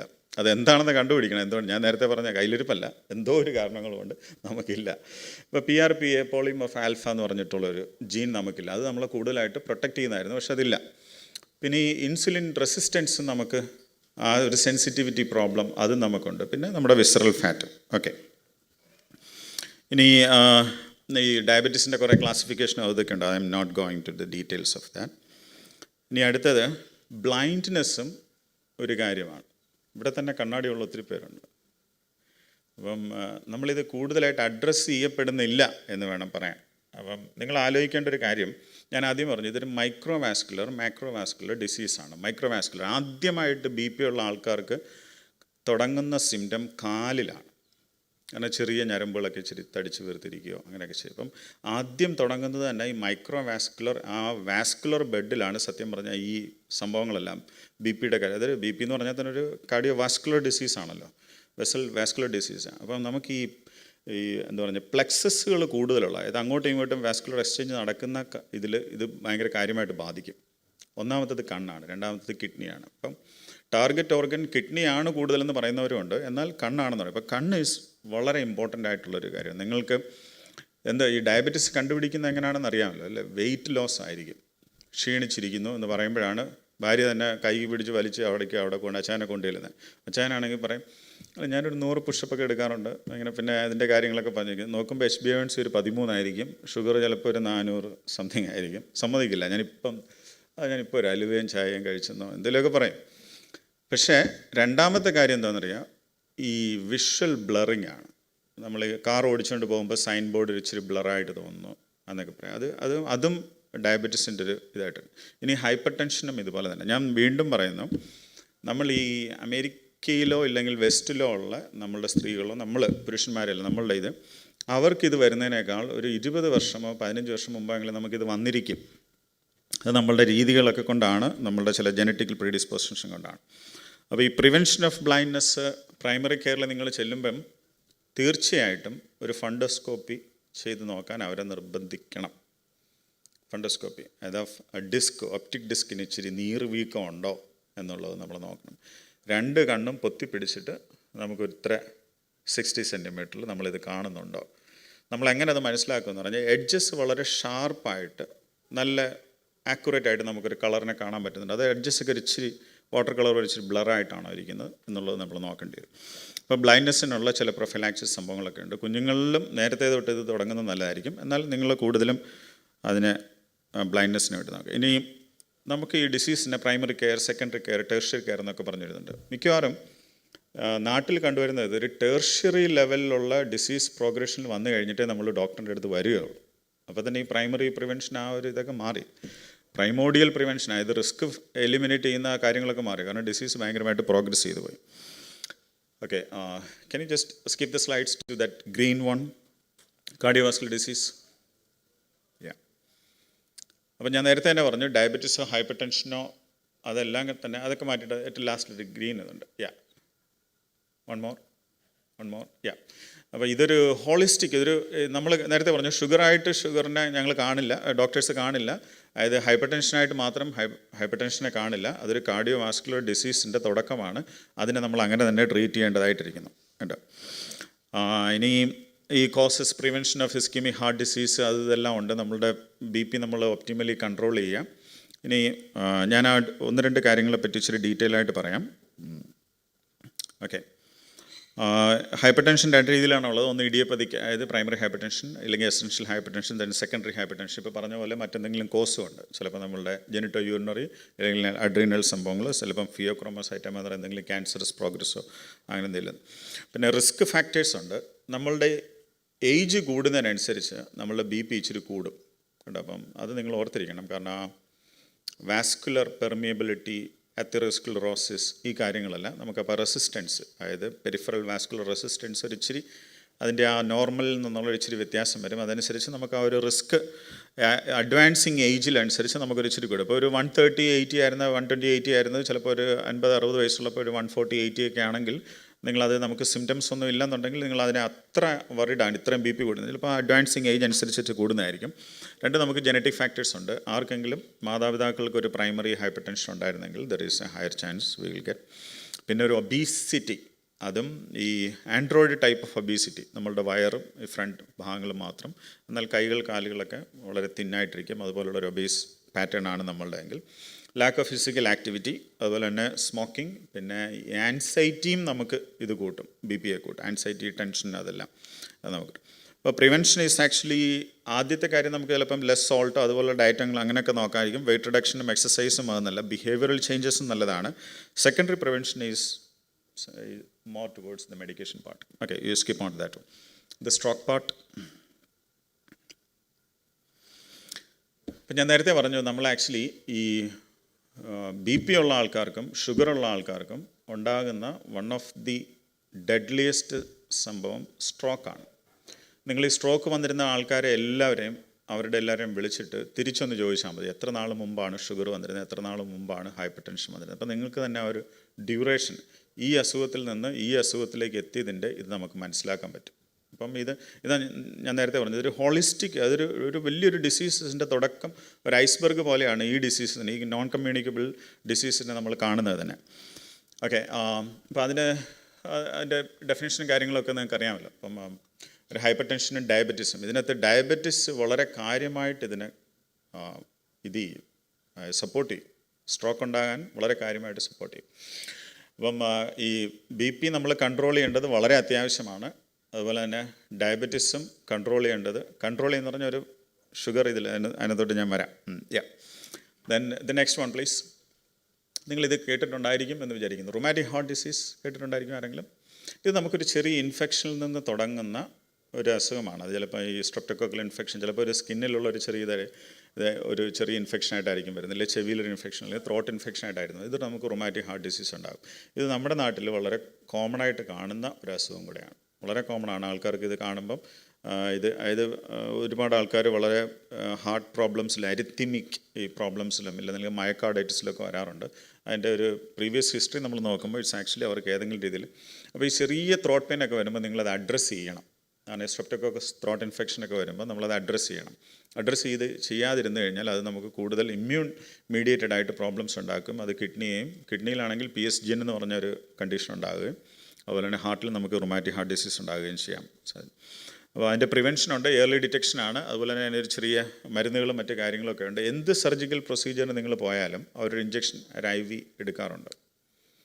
സെഫ്ട്രിയാക്സോൺ സാധാരണ രീതിയിൽ എടുക്കാറുണ്ട്. ചില സമയത്ത് കുറച്ചുകൂടെ കൂടുതലായിട്ടുള്ളൊരു ഇതുണ്ട്. അത് ആക്ച്വലി ഒരു കാർഡിയോളജി ഇതൊക്കെ കഴിഞ്ഞിട്ട് നമുക്ക് ചിലപ്പം വരുന്നവർ അതപ്പോൾ അവർ പറയും it's an I prophylaxis is needed. നമ്മളിൽ തന്നെ ഈ കണ്ടക്ഷൻ ബ്ലോക്കുകളും വളരെ പ്രിവാലൻ്റ് ആണ്. കണ്ടക്ഷൻ ബ്ലോക്കുകളും അരിത്തിമിയും. ഇപ്പം ഒരു ടൈപ്പ് 1 or 2 മൊബിറ്റ്സ് ബ്ലോക്കുകൾ ഇല്ലാത്ത ആൾക്കാർ വളരെ കുറവാണെന്നാണ് പറയുന്നത്. എന്നാലൊരു കണ്ടക്ഷൻ കംപ്ലീറ്റ് ഹാർട്ട് ബ്ലോക്കിലോട്ടൊന്നും പോകാത്തതുകൊണ്ട്, എന്നാൽ വളരെ ഒരു കണ്ടക്ഷൻ അബ്നോർമാലിറ്റി, വാൽവുലർ ഡിസീസ്, ഇതെല്ലാം നമുക്ക് വളരെ കൂടുതലാണ്. കാരണം ആ ഇൻഫെക്ഷൻ പ്രോസസ്സ് ഇതിനകത്തോട്ട്. Okay, the last slide please. Okay, ഞാൻ 1-2 ഏർലിയസ്റ്റ് കാര്യങ്ങളോട് നിങ്ങൾ സംസാരിക്കാം. എത്ര പേര് മെറ്റ്ഫോർമിൻ കഴിക്കുന്നുണ്ട് ഇവിടെ? എനിബഡി? മെറ്റ്ഫോർമിൻ? മെറ്റ്ഫോർമിൻ ഒരു നല്ലൊരു മരുന്നാണ് ഇവിടെ. വളരെ നല്ലൊരു മരുന്നാണ് മെറ്റ്ഫോർമിൻ വളരെ തെറ്റിദ്ധരിക്കപ്പെട്ടൊരു മരുന്നുകൊണ്ടാണ്. പാവം. മെറ്റ്ഫോർമിനെ രാത്രിയിൽ കഴിക്കുന്നതാണ് നല്ലത്. കാരണം അത് ഈ ഹെപ്പാറ്റിക് എക്സിറ്റ് ഓഫ് ഗ്ലൂക്കോസ് കുറച്ച് കുറയ്ക്കുമെന്നാണ് പറയുന്നത്. മെറ്റ്ഫോർമിൻ കഴിച്ചു കഴിഞ്ഞാൽ വിശപ്പ് കുറയും എന്നൊക്കെ പറയുന്ന ഇതുണ്ട്. അത് അത്ര അങ്ങോട്ട് പ്രൂവ് ചെയ്യാത്ത ഒരു കാര്യമാണ് മെറ്റ്ഫോർമിൻ. അപ്പോൾ അത് decrease the hepatic glucose output രാത്രിയിൽ അത് കുറയ്ക്കും. രണ്ടാമത്തേത്, നമ്മളൊരു 7.5 to 8 HbA1c ഉള്ളപ്പം, A1c ഉള്ളപ്പം നമ്മളത് അതിൽ സ്റ്റാർട്ട് ചെയ്യുന്നതാണ് നല്ലത്, ഐഡിയൽ നല്ലത്. ഇനി ഇതിന് ഇച്ചിരി GI ഇൻടോളറൻസ് ഒക്കെ ഉണ്ടാകും ചില ആൾക്കാർക്ക്, ചിലപ്പോൾ ഇച്ചിരി ബ്ലോട്ടിങ് ഇതൊക്കെ ഉണ്ടാകും. അപ്പോൾ നമ്മൾ സാധാരണ ചെയ്യുന്നത് അതിൻ്റെ ഒരു വേറൊരു സിന്തറ്റിക്, ഇപ്പോൾ കാർബിഫേജോ ഇല്ലെങ്കിൽ ഗ്ലൂക്കോഫേജോ അങ്ങനെയൊക്കെയുള്ള മരുന്നുകളാണ് എടുത്തുകൊണ്ടിരുന്നെങ്കിൽ ചിലപ്പം വേറെ എന്തെങ്കിലും വരണം. മെറ്റ്ഫോർമിൻ്റെ മറ്റൊരു സിന്തറ്റിക് ഗ്രൂപ്പ് എടുക്കുന്നതായിരിക്കും നല്ലത്. പിന്നെ കോമ്പിനേഷൻ സാധാരണ GI ടോളറൻസ് കൂട്ടും. ഇപ്പം മെറ്റ്ഫോർമിൻ ഗ്ലിമിപ്രൈഡ് അത് സാധാരണ GI ഇൻടോളറൻസ് കൂട്ടും. അപ്പോൾ അതുകൊണ്ട് അത് സ്പ്ലിറ്റ് ചെയ്തെടുക്കുന്നതായിരിക്കും നല്ലത്. Metformin it's A nice drug. ഇനി നിങ്ങൾക്ക് മെറ്റ്ഫോർമിൻ B12 ഡെഫിഷ്യൻസി ഉണ്ടാക്കുമെന്ന് പറഞ്ഞിട്ട് അതിൻ്റെ കൂടെ നമുക്കൊരു സപ്ലിമെൻ്റ് ഒക്കെ തരാറുണ്ട്. വലിയ സയൻറ്റിഫിക് എവിഡൻസ് ഒന്നുമില്ല. അതിൻ്റെ കാരണം പെരിഫറൽ ന്യൂറോപ്പതി, ഡയബറ്റിസ് നമുക്ക് പെരിഫറൽ ന്യൂറോപ്പതി ഉണ്ടാക്കും. അപ്പോൾ അതുകൊണ്ട് ചിലപ്പോൾ നമുക്ക് അത് പ്രയോജനപ്പെടുന്നത്. മെറ്റ്ഫോർമിൻ ഇതിങ്ങനെ കൂട്ടുമെന്നല്ല അത് പറയുന്നത്. ഇതുകൊണ്ടാണ് ഈ GIയുടെ പ്രോബ്ലം ഉള്ളതുകൊണ്ട് ചിലപ്പോൾ അൾസറുള്ള ആൾക്കാർക്ക് ഈ പെരിനീഷ്യസ് സംഭവങ്ങളും B12 അബ്സോർപ്ഷൻ കപ്പാസിറ്റി ഒക്കെ ഇച്ചിരി കുറവായിരിക്കുന്നുണ്ട്. മെറ്റ്ഫോർമിനെ കുറ്റപ്പെടുത്തേണ്ട ആവശ്യമില്ല എന്ന് തോന്നുന്നു. Metformin it's A nice drug. You start with metformin. അത് നല്ലതാണ്, വെയിറ്റ് റിഡക്ഷനും ഇതൊക്കെ ആയിട്ട് പറ്റുന്നതാണ്. മെറ്റ്ഫോർമിന് സാധാരണ രീതിയിൽ പറയുന്ന ഒരു കോംപ്ലിക്കേഷൻ ലാക്റ്റിക് അസിഡോസിസ് എന്ന് പറഞ്ഞൊരു എന്ന് വെച്ചാൽ നിങ്ങൾ മിക്കവരും മെഡിക്കൽ ആൾക്കാരായതുകൊണ്ടാണ് ഇങ്ങനെ പറയുന്നത്. കാരണം അത് നമ്മുടെ ശരീരത്തിൽ അമ്ലാംശം ഇച്ചിരി കൂട്ടുമെന്നാണ് പറയുന്നത്. പക്ഷേ ക്രിയാറ്റിന് നമുക്കൊരു 1.5 മേളിലൊക്കെ ആണെങ്കിൽ സത്യം പറഞ്ഞാൽ മെറ്റ്ഫോർമിൻ നമുക്ക് സ്റ്റോപ്പ് ചെയ്യാം. 1.5 മേളിലാണെങ്കിൽ. GFR ഒരു 50 ml അങ്ങനെയൊക്കെ ആണെന്നുണ്ടെങ്കിലും, ലെസ് ദാൻ 50 ml ഒക്കെ ആണെങ്കിലും അത് അവർ പറയുകയാണെങ്കിൽ, അല്ല എങ്കിൽ it's it's advisable to take. ഏറ്റവും നല്ല ഈ സൾഫണൈൽ യൂറിയ എന്ന് പറഞ്ഞൊരു ഗ്രൂപ്പുണ്ട്. ഈ നിങ്ങൾ കേട്ട് കാണല്ലോ, ഗ്ലിമിപ്രൈഡ്, ഗ്ലിബൻക്ലോം, അങ്ങനെയൊക്കെ പറഞ്ഞ കുറേ സംഭവങ്ങളുണ്ട്. അതിനകത്ത് ഏറ്റവും പൊട്ടൻ്റ് ഇത് ഈ ഗ്ലിമിപ്രൈഡാണ്. പക്ഷേ അതിന് ഹൈപ്പോഗ്ലൈസിമിയ ഉണ്ടാക്കും. അപ്പോൾ ഈ ഗ്ലിക്ലാസൈഡ് എന്നൊക്കെ പറഞ്ഞ ഗുളിക കേട്ടിട്ടുണ്ടോ? 60 മില്ലിഗ്രാം അങ്ങനെയൊക്കെ എടുക്കുന്ന ആൾക്കാർ, ദാറ്റ് ഈസ് ആക്ച്വലി കുറച്ചുകൂടെ നൈസറാണ്, അതങ്ങനെ തന്നെ എടുക്കുക. ഇനി ഞാൻ ഒരു കാര്യം കൂടെ പറയാം. ഈ മോണോതെറാപ്പി എടുക്കുന്നത് ഒരു ഡയബറ്റിസ് HbA1c ഒരു 12 ഉള്ള ആൾക്കാർ, ഒരു ഫാസ്റ്റിംഗ് ബ്ലഡ് ഷുഗർ ഒരു 250, അതല്ലെങ്കിൽ ഒരു പോസ്റ്റ് പ്രാൻഡിൽ ഒരു 350 മോണോതെറാപ്പി ഒന്നും ഏക്കത്തില്ല. അത് എന്ന് വെച്ചാൽ അത് തന്നെയാണ് നമ്മളുടെ ഇതും. കാരണം അത് ഷുഗർ കൺട്രോൾ ചെയ്യത്തുമില്ല. പിന്നെ നമ്മൾ ഓൾറെഡി ഒന്ന് ചെറുതായിട്ടൊന്ന് പോക്ക് ചെയ്യുകയും ചെയ്യും. അപ്പം കഴിയുന്നതും ഒരു ഡ്യുവൽ തെറാപ്പിയിലോട്ടൊക്കെ ഇല്ല എങ്കിൽ നിങ്ങൾ അത്ര അനുസരിച്ച് കംപ്ലൈൻ്റ് ആകുകയും ആ ഡിസീസസിനെ എങ്ങനെയെങ്കിലും നമ്മളൊന്ന് റിവേർട്ട് ചെയ്യാനായിട്ടുള്ള കാര്യങ്ങളാണ് നമുക്ക്. രണ്ടാമത്, ഡയബറ്റീസും ഡയറ്റുമായിട്ടൊരു ചെറിയൊരു പ്രശ്നമുണ്ട്. എന്ന് പറഞ്ഞാൽ നമ്മളുടെ ഇപ്പം നമ്മൾ ഫാറ്റി ഷുഗർ കണ്ടൻറ്റ് എടുക്കുകയാണെങ്കിൽ അത് കൺവേർട്ട് ചെയ്തിട്ട് അസറ്റൈൽ കോയ എന്ന് പറയുന്ന ഒരു എനർജി സോഴ്സ് ആയിട്ടാണ് പിന്നെ നമ്മളത് യൂസ് ചെയ്യുന്നത്. അപ്പോൾ നമ്മളത് മാറ്റിയിട്ട് ഇനി പ്രോട്ടീൻ ഡയറ്റ് എടുക്കുകയാണെങ്കിൽ protein, pyruvate, then acetyl Koya, then again. അപ്പോൾ ആ എനർജിയുടെ സോഴ്സ് നമുക്ക് വലുതായിട്ട് വ്യത്യാസം വരില്ല. അതെന്തുകൊണ്ടാണ് നമ്മൾ ഡയറ്റിന് റെസ്ട്രിക്റ്റ് ചെയ്യണമെന്ന് പറഞ്ഞു കഴിഞ്ഞാൽ, കൂടുതൽ നമുക്ക് ഈ ഹൈ കാലറി ഡയറ്റുകൾ അവോയ്ഡ് ചെയ്യുക. അതായത് ഇന്ന ഡയറ്റും ഉണ്ട്, ഇപ്പോൾ പാലിയോ ഡയറ്റ് അതല്ലെങ്കിൽ കീറ്റോ ഡയറ്റ്, ഇന്ന ഡയറ്റും കൊണ്ട് നമുക്ക് ഡയബറ്റിക്സ് റിവേഴ്സ് ചെയ്യാം എന്ന് പറയുന്നത്. കാരണം ഇതിൻ്റെയൊക്കെ സോഴ്സ് മോളിക്യൂൾ ഓൾമോസ്റ്റ് സിമിലർ ആയിരിക്കും. പക്ഷേ ലോവർ കാലറി ഡയറ്റുകൾ നമുക്ക് എപ്പോഴും നമ്മുടെ വെയിറ്റൊക്കെ മെയിൻറ്റെയിൻ ചെയ്ത് നമുക്ക് കിട്ടുന്ന ഷുഗറിൽ നിന്ന് നമുക്ക് മാറ്റിയെടുക്കാൻ പറ്റും. ഇനി ഹൈപ്പർ ടെൻഷൻ ABCD എന്ന് പറഞ്ഞൊരു ട്രീറ്റ്മെൻ്റ് ഉണ്ട്, ശ്രദ്ധിച്ചു കാണുമല്ലോ. ABCD എന്ന് പറഞ്ഞാൽ ഈ ARB, ACE എന്നൊക്കെ പറഞ്ഞ ആൻജിറ്റൻസിൻ റിസപ്റ്റർ ബ്ലോക്കർ, നമ്മൾ ഈ ലോസാർട്ടൻ എന്നൊക്കെ പറഞ്ഞ ഗുളികളുണ്ട്, കാൽഷ്യം ചാനൽ ബ്ലോക്കർ, പിന്നെ B for beta blocker, D for diuretics എന്നൊക്കെ പറഞ്ഞിട്ടുണ്ട്. അപ്പോൾ അതിനും monotherapy doesn't effect if the BP is more than 160/100 for at least 3 times for almost 3 years. മോണോതെറാപ്പി work ചെയ്യില്ല. ഈ 55 താഴെയാണെങ്കിൽ നിങ്ങൾ ഈ A എന്ന് പറഞ്ഞ ഗ്രൂപ്പിലുള്ള മരുന്നുകൾ, ഇപ്പോൾ ലോസാർട്ടനൊക്കെ കഴിക്കുന്ന ആൾക്കാരുണ്ടല്ലോ, 55 വയസ്സിൽ താഴെയാണ്, നിങ്ങൾക്ക് പ്രോട്ടീൻ യൂറിയയില്ല, യൂറിനൊന്നും പതഞ്ഞു പോകുന്നില്ലെന്നുണ്ടെങ്കിൽ it is highly efficient, very good, അത് നല്ല മരുന്നാണ്. എന്നാൽ ഒരു 60 വയസ്സിന് ശേഷം ഈ ARB, ഇപ്പോൾ ലോസാർട്ടനോ ടെൽമിസാർട്ടനൊക്കെ ഇങ്ങനെ മിഠായി പോലെ കഴിച്ചുകൊണ്ടിരിക്കുന്ന ആൾക്കാരുണ്ട്. പോപ്പിൻസ് നമ്മൾ നാട്ടിൽ നിന്ന് മേടിച്ചു കൊണ്ടുവന്ന മരുന്നാണ്. അപ്പോൾ അവിടുത്തെ ഒരു നല്ലൊരു ഫിസിഷ്യൻ ഉണ്ടായിരുന്നു, കഴിഞ്ഞ 5 വർഷമായി നാട്ടിൽ പോയിട്ട്, അതുകൊണ്ട് അതിങ്ങനെ വരുത്തിക്കൊണ്ടിരിക്കുകയാണ്. ലോസാർട്ടൻ ഇൻഡ്യൂസ്ഡ് കിഡ്നി ഫെയിലിയർ ഉണ്ടാക്കും, അല്ലെങ്കിൽ ടെൽമിസാർട്ടൻ ഇൻഡ്യൂസ്ഡ് കിഡ്നി ഫെയിലിയർ ഉണ്ടാക്കും. അത് വളരെ നമ്മുടെ ഈ മത്തിപ്പുളി എന്ന് കേട്ടിട്ടുണ്ടോ? മത്തിപ്പുളിയും ഒരു കിഡ്നി ഫെയിലിയർ ഉണ്ടാക്കുന്ന സംഭവമാണ്. ഈവൻ ഒരു സിംഗിൾ അച്ചാർ കഴിച്ചിട്ടുള്ള ആൾക്കാർക്കും മത്തിപ്പുളി ഉണ്ടായിട്ടുണ്ട്. അതൊക്കെ വലിയ റിസർച്ചുകളൊക്കെ നാട്ടിൽ നടന്നിട്ടുണ്ട്. അവർ ICUയിൽ ഇങ്ങനെ കിടന്നിട്ടുമുണ്ട്. കിഡ്നി ഫെയിലിയർ ഉണ്ടാക്കുന്നതാണ് മത്തിപ്പുളി. അപ്പോൾ അത് നിങ്ങൾ ശ്രദ്ധിച്ചാണ്, ചില ആയുർവേദിക് ഈ വെയിറ്റ് റിഡക്ഷൻ മരുന്നിനകത്ത് ഇതുണ്ട്. അപ്പോൾ അത് കൂടുതലായിട്ട് നമ്മുടെ മെസാഞ്ചിൽ പോഡസൈഡ്സ്, അരിപ്പയുണ്ടല്ലോ, കിഡ്നിയുടെ അരിപ്പയ്ക്കകത്ത് ഒത്തിരി പ്രശ്നങ്ങൾ, നെഫ്രൈറ്റിസ് ഉണ്ടാക്കും മത്തിപ്പുളി. ഇതേപോലെ തന്നെയാണ് ഈ ടെൽമിസാർട്ടൻ എന്ന് പറഞ്ഞ ഗുളിക ഓൾഡ് ഏജസിൽ. അപ്പോൾ നിങ്ങൾ കുറേ നാളുകളായിട്ട് 5-6 വർഷമായിട്ട് മരുന്നുകൾ പ്രത്യേകിച്ച് സൂപ്പർവിഷനൊന്നും ഇല്ലാതെ, പ്രത്യേകിച്ച് ബ്ലഡ് ടെസ്റ്റുകളൊന്നും ഇല്ലാതെ എടുക്കുന്നുണ്ടെങ്കിൽ കഴിയുന്നതും നിങ്ങളുടെ ഡിസിഷൻ റിവോക്ക് ചെയ്യുക കാണും. കാൽഷ്യം ചാനൽ ബ്ലോക്കർ ഒരു നല്ല മെഡിസിനാണ്. ഈ നിഫിഡിപ്പിൻ, അംലോഡിപ്പിൻ എന്നൊക്കെ പറഞ്ഞ് അങ്ങനെയുള്ള മരുന്നുകൾ. അത് ഒരു 55 വയസ്സിൽ നിങ്ങൾക്ക് BP തുടങ്ങിയിട്ടുണ്ടെങ്കിൽ അതിൽ സ്റ്റാർട്ട് ചെയ്യുന്നതായിരിക്കും നല്ലത്. കാരണം അതിന് കുറച്ച് കാർഡിയോ പ്രൊട്ടക്റ്റീവ് എലമെൻറ്റും കൂടെ ഉണ്ട്. അപ്പോൾ ഒരു 55 വയസ്സ് കഴിഞ്ഞവരുടെ ഈ വാസ്കുലർ പ്രോബ്ലംസ് ഒക്കെ ഇച്ചിരിയുടെ അഗ്രസീവ് ആയിരിക്കും 55 വയസ്സിൽ കുറവുള്ള ആൾക്കാരെക്കാൾ. ഇപ്പോൾ ഒരു 60-70 വയസ്സിൽ നമുക്ക് നല്ല BP ഉണ്ടെങ്കിൽ better to start with amlodipine. പക്ഷേ നിങ്ങൾക്ക് നീരൊക്കെ ഉണ്ടാകുന്നുണ്ട്, ആൻജിയോഡിമയൊക്കെ ഉണ്ടാകുന്നുണ്ടോ എന്നുള്ളതുകൊണ്ട് നോക്കി. ഓക്കെ, ദെൻ നിങ്ങൾക്ക് ഈ പുതിയ ചില മരുന്നുണ്ട്. ഇപ്പോൾ ഈ ഡാപ്പ ഗ്ലിഫ്ലോസിൻ കേട്ടിട്ടുണ്ടോ? ആരെങ്കിലും അങ്ങനത്തെ മരുന്ന് കഴിക്കുന്നുണ്ടോ? എല്ലാവരും മെറ്റ്ഫോർമിനും അതൊക്കെ ഉള്ളോ? ഗ്ലിമിപ്രൈഡൊക്കെ ഉള്ളോ? സാർ സിറ്റീൻ ഗ്രൂപ്പിലുള്ള മരുന്നുകളൊക്കെ. ഈ മരുന്നുകളൊക്കെ കുറച്ചുകൂടെ നല്ലതായിട്ട് കാർഡിയോ വാസ്കുലർ പ്രൊട്ടക്റ്റീവ് ഒക്കെ ആയിട്ട് കണ്ടുവന്നിട്ടുണ്ട് കേട്ടോ. അപ്പോൾ നമ്മൾ ഇങ്ങനെ യുഗാന്തം അപ്പുറമായിട്ട് ഗ്ലിമിപ്രൈഡിലും മെറ്റ്ഫോർമിലും മാത്രം നിൽക്കണമെന്നില്ല. വൺസ് ഇറ്റ് ഈസ് അതിൻ്റേതായിട്ടുള്ള കോംപ്ലിക്കേഷൻസ് ഒക്കെ ഉണ്ട് നമുക്ക് എന്തെങ്കിലും ഇത്. ഇനി ഇൻസുലിൻ എടുക്കുന്ന ആരെങ്കിലും ഉണ്ടോ? Very good. നിങ്ങളുടെ വീട്ടിൽ ആരെങ്കിലും ഇൻസുലിൻ ഉണ്ടെങ്കിൽ ഈ ഇൻസുലിൻ്റെ ആ നീഡിൽ സൈസ് ഉണ്ടല്ലോ, അത് എത്ര മില്ലിമീറ്റർ ആണെന്ന് അറിയാമോ? ചുമ്മാ എടുത്താൽ കുത്തുവാന്നോ? അല്ല, അതിൻ്റെ ഗൗജല്ല, അതിൻ്റെ നീളം 4 to 6 മില്ലിമീറ്റർ, 4 തൊട്ട് 6 മില്ലിമീറ്റർ വരെ അതാകാൻ പാടുള്ളൂ. ഇൻസുലിൻ എടുക്കുമ്പോൾ ആരെങ്കിലും എടുക്കുമ്പോൾ അവരുടെ അടുത്ത് പറയാം, ഇങ്ങനെ പിടിക്കരുത്. ഇൻസുലിൻ എടുക്കുമ്പോൾ സബ്ക്യൂട്ടേനിയസ് അല്ലേ, അത് സബ്ക്യൂട്ടേനിയസ് എടുക്കും, ഇങ്ങനെ പിടിക്കരുത്, അത് മസിലും കൂടെ നമുക്ക് പിടിക്കും. അപ്പോൾ ഇങ്ങനെ പിടിക്കാൻ പറയാം. ഇൻസുലിൻ എടുക്കുന്നതിന് മുമ്പ് സ്കിന്നിനെ ഇങ്ങനെ പിടിക്കണം. അപ്പോൾ നമ്മുടെ സബ്ക്യൂട്ടേനിയസ് ടിഷ്യൂ മാത്രമേ കിട്ടുള്ളൂ. ഇങ്ങനെ പിടിച്ചാൽ നമുക്കത് മസിലിൽ കിട്ടും. നമ്മുടെ ഹോസ്പിറ്റലിൽ, നാട്ടിൽ ഞാൻ വർക്ക് ചെയ്ത ഹോസ്പിറ്റലെല്ലാം ഈ നീഡിലകത്തിരുന്ന ആൾക്കാർ വന്നിട്ടുണ്ട്. അത് പഴുത്ത് പണ്ടാറടങ്ങിയിട്ടുണ്ട്. അത് വെച്ചിട്ട് പട്ടക്കെന്നും പറഞ്ഞ് അടിച്ചിട്ട് തിരിക്കില്ല, അത് അടിക്കും. അപ്പോൾ അതകത്ത് പോയിരിക്കും. അപ്പം പറയാം, ഇത് മേളിലോട്ട് കയറിപ്പോയി. കുറേ നാൾ കഴിയുമ്പോഴാണ് അവിടെ ഒരു ചെറിയ പ്രശ്നം. അപ്പം ഇങ്ങനെ പിടിച്ച് ഒരു 4 to 6 മില്ലിമീറ്റർ ആണ് അതിൻ്റെ ഇത്. പിന്നെ ഇത് എടുക്കുമ്പം ഏത് ഡയറക്ഷനിൽ എടുക്കണമെന്ന് അറിയാമോ? ഇൻസുലിൻ എടുക്കുമ്പോൾ സ്ട്രൈറ്റ് 90 ഡിഗ്രി അങ്ങനെ എടുക്കണം. ചരിച്ച് വെച്ചുകൊണ്ട് എടുക്കുക.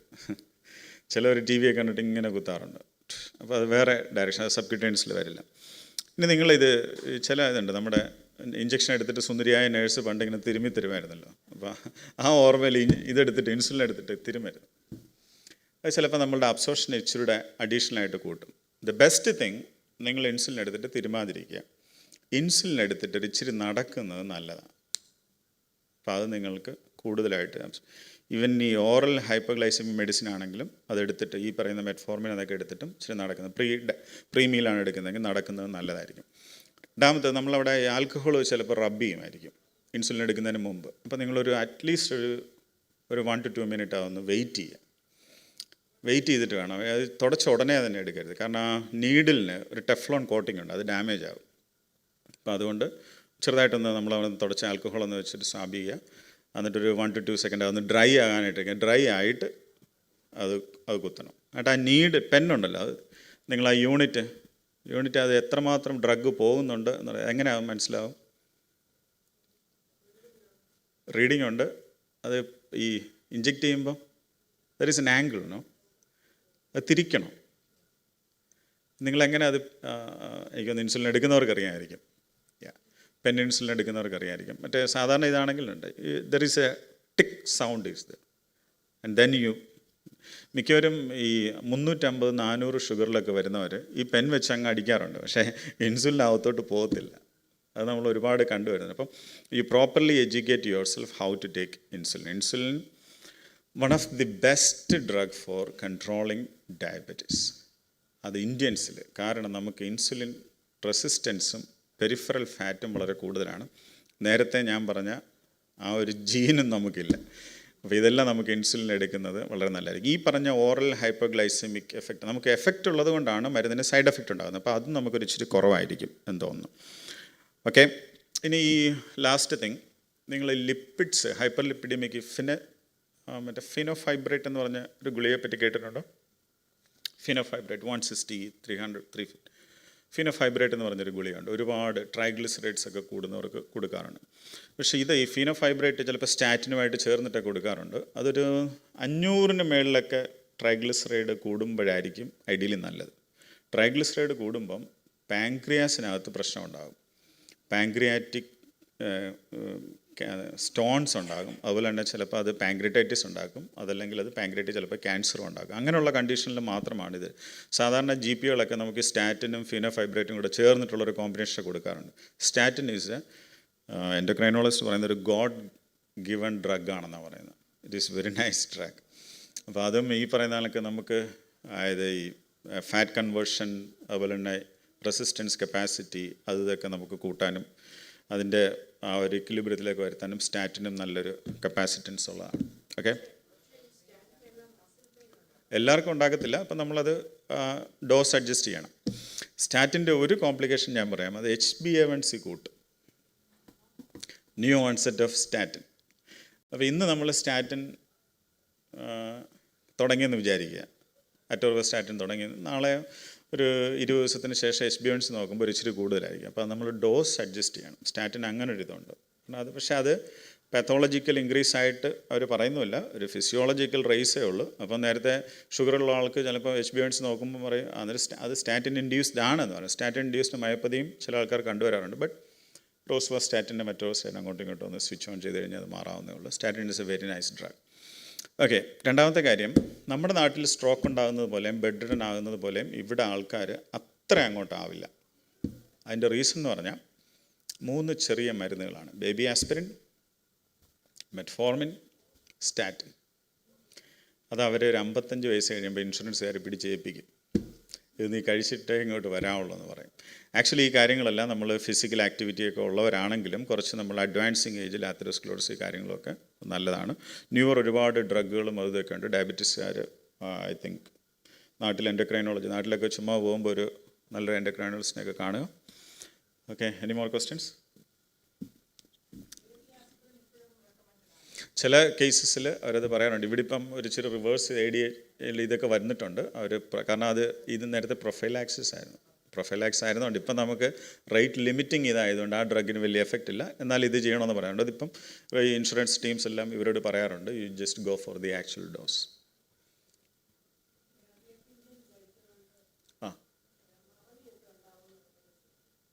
ഈ നമുക്കത് 2 രീതിയിൽ എടുക്കാം. ചിലപ്പോൾ നമുക്കൊരു സെനൈൽ ഇത് തുടക്കമാണോ എന്നുള്ളതാണ്. ഇപ്പം 3-4 കാര്യങ്ങളുണ്ടല്ലോ. ഡിമെൻഷ്യ ഉണ്ട്, അൽഷിമേഴ്സ് ഉണ്ട്, ന്യൂറോ ഡീജനറേറ്റീവ് ഡിസീസ് ഉണ്ട്. അപ്പം നമുക്ക് ഡിമെൻഷ്യ ഒരു ഗ്രൂപ്പ് ഓഫ് ഡിസീസാണ്. അതിനകത്ത് ഏറ്റവും കാര്യമായിട്ടുള്ളത് നമ്മുടെ ആ ഒരു കോംപ്ലക്സ് ഇതിനെല്ലാം കൂടി. ഇപ്പം കാർ ഓടിച്ച് പോകുന്നു, ഹസ്ബൻഡ് വിളിക്കുന്നു, വേറെ എന്തെങ്കിലും കാര്യത്തിന് നമ്മൾ ഷോപ്പിങ്ങിന് പോകുന്നു, അറേഞ്ച് ചെയ്യുന്നു, ഇല്ലെങ്കിൽ ചിലപ്പം ഏതെങ്കിലും ഒരു പാർക്കിംഗ് ലോട്ടിലോട്ട് എൻ്റർ ചെയ്യുമ്പം സ്വൈപ്പ് ചെയ്യണം. ഈ കാര്യങ്ങളെല്ലാം കൂടി ഒരുമിച്ച് നടക്കുമായിരിക്കും. കാർ ഓടിക്കുന്നു, ബ്ലൂടൂത്തിൽ ഹസ്ബൻഡോട് സംസാരിച്ചുകൊണ്ടിരിക്കുന്നു, സ്വൈപ്പ് ചെയ്യുന്നു. കുറച്ച് കഴിയുമ്പോൾ നമുക്കിതൊരു ഇച്ചിരി പ്രശ്നമായിട്ട് തോന്നും. 1 time 1 job, that is A beginning of dementia. ഇനി രണ്ടാമത്തെ കാര്യം, ഉറക്കത്തിൽ കിടന്ന് കൊച്ചു കുഞ്ഞുങ്ങളിങ്ങനെ ഇടിക്കുകയൊക്കെ ചെയ്യുമല്ലോ. ഉറക്കത്തിൽ. ഇത് നമ്മൾ ഓൾഡ് ഏജസിൽ ചെയ്യുമ്പോഴും ശ്രദ്ധിച്ചോണം. ഏകദേശമൊക്കെ പോകായി. അതും ഒരു ഡിമെൻഷ്യയുടെ തുടക്കമാണ്. കാരണം നമ്മുടെ ഈ ഹൈപ്പോട്ടോണിയ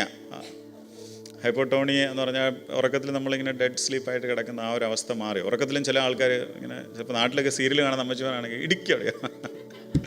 അപ്പോൾ നമ്മുടെ ടോണിസിറ്റി കുറയുന്നതും നമുക്ക് ഇത് ചെയ്യാം. അപ്പം നമ്മളുടെ ഈ ഡ്രഗ് ഇൻഡ്യൂസ്ഡ് ആണോ അതോ നമുക്കിനി സ്വാഭാവികമായിട്ടൊരു ഇച്ചിരി മറവി ഉള്ളത് കൊണ്ടാണോ എന്നറിയില്ല. എന്നാൽ ഈ ഏർലിയർ ആൾക്കാർക്ക്, ഇപ്പോൾ ഒരു 40-45 വയസ്സുള്ള ആൾക്കാർക്ക് ഗാബാപെൻറ്റിനൊക്കെ ഉപയോഗിക്കുമ്പോൾ ചിലപ്പോൾ അവരെ ഒരു ഇച്ചിരിയുടെ ഡ്രൗസി ഒരു സ്ലീപ്പ് ഇതിനകത്തോട്ട് വരികയും അവരുടെ മെമ്മറിക്ക് ഒരു ചെറിയ ഇതുണ്ടാക്കുകയും ചെയ്യാറുണ്ട്. നിങ്ങൾക്ക് ആർക്കും സർജിക്കൽ സംഭവങ്ങളൊന്നും ചോദിക്കാൻ ഒരു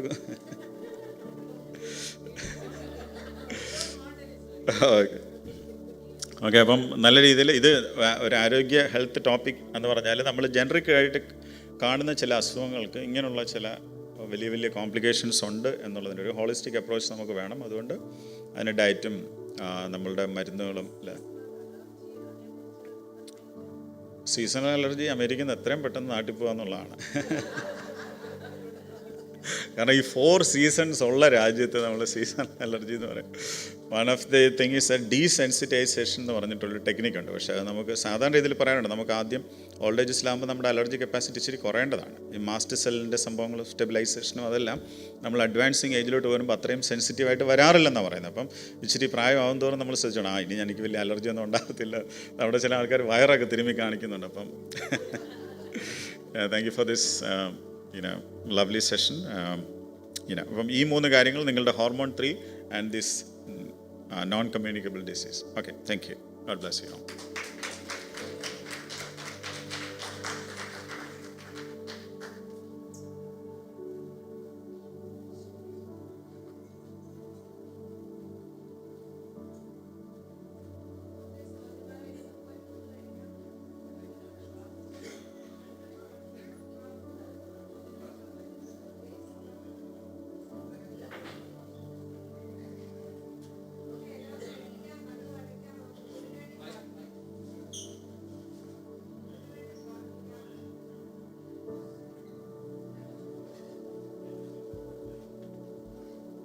ഹലോ, പ്രൈസ് ദി ലോർഡ്. നമുക്ക് ഫുഡിന് വേണ്ടി 1 മിനിറ്റ് പ്രാർത്ഥിക്കാം. റേച്ചൽ പ്രാർത്ഥിച്ചാട്ടെ ഫുഡിന് വേണ്ടി. ഇങ്ങോട്ട് വന്നിന്ന് പ്രാർത്ഥിക്കാം.